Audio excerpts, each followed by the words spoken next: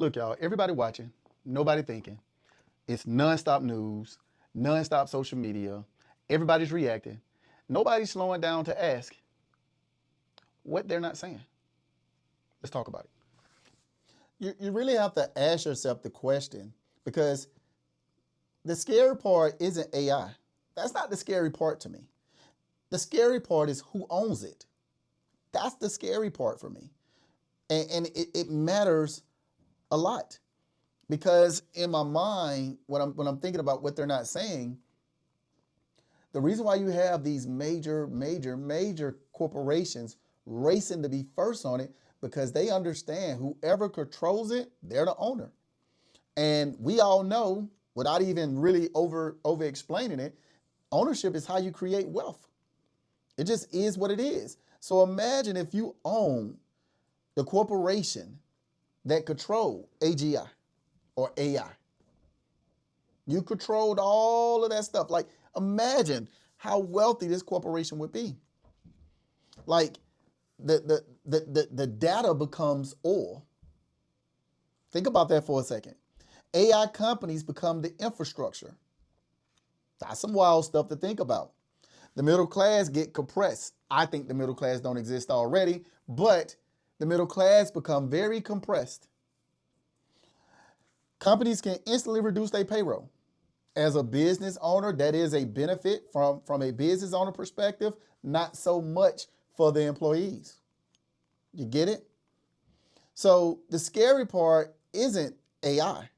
The scary part for me is the ownership. Who's gonna own this new infrastructure, this new system, this new process? Who's gonna own it? And whoever owns the system owns the economy. Think about that for a second.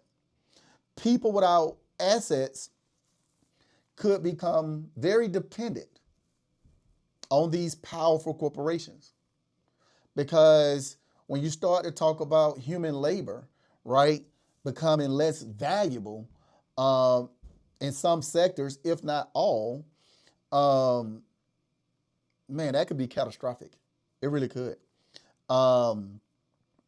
This could create a large divide between asset owners and workers, a very large divide.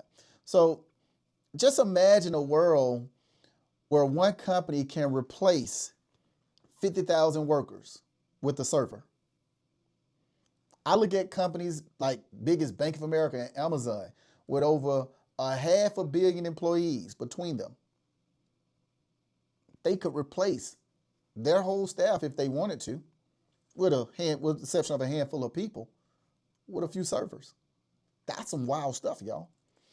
And I don't know that, even though I hear what people are saying, I hear what these leaders are saying in regards to it, I just don't see how it's going to help the average person.